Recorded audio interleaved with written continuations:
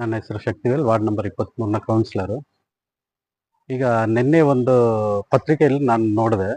ಅದರಲ್ಲಿ ತಪ್ಪಾಗಿ ನನ್ನ ಹೆಸರನ್ನ ಮೆನ್ಷನ್ ಮಾಡಿದ್ದಾರೆ. ಯಾವುದೋ ಏನೋ ಫಂಡ್ಸ್ ಟ್ಯಾಕ್ಸ್ ಕಲೆಕ್ಟ್ ಮಾಡಿದ್ದಾರೆ.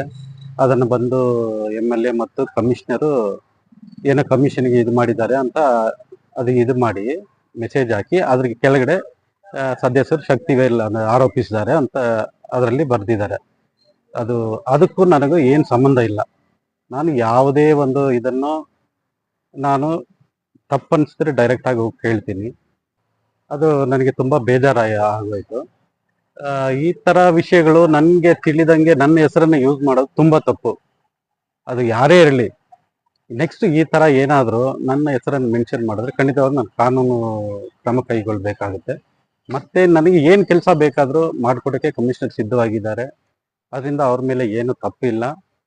ಮತ್ತು ನಮ್ಮ ಶಾಸಕರು MLA ಅವರು ನಮ್ಮ ವಾರ್ಡ್ಗೆ ಫಂಡ್ಸ್ ಎಲ್ಲ ಕೊಟ್ಟಿದ್ದಾರೆ. ಅದರಿಂದ ಈ ವಿಷಯ ಹಾಕೋದು ತುಂಬ ತಪ್ಪು.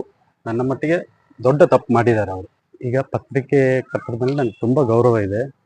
ನನ್ನ ಹೆಸರನ್ನು ಅದರಲ್ಲಿ ಬಳಸ್ಬೇಕನ್ನೋದಕ್ಕೆ ಯಾರು ಕಾರಣ ಅಂತ ಗೊತ್ತಿಲ್ಲ. ಬಟ್ ಯಾರು ಕಾರಣ ಅಂದ್ರೇನು ಇವ್ರಿಗೂ ಇದು ಇದ್ದಿರಬೇಕು, ನನ್ನನ್ನು ಕೇಳಿರಬೇಕು. ಇವರೇ ಇಷ್ಟ ಬಂದಾಗ ಹಾಕಿದ್ದು ತಪ್ಪು. ಇನ್ನು ಮುಂದಿನ ದಿವಸ ಈ ಥರ ಏನಾದರೂ ಆದರೆ ಖಂಡಿತ ನಾನು ಕಾನೂನು ಕ್ರಮ ತಗೊಳ್ತೀನಿ.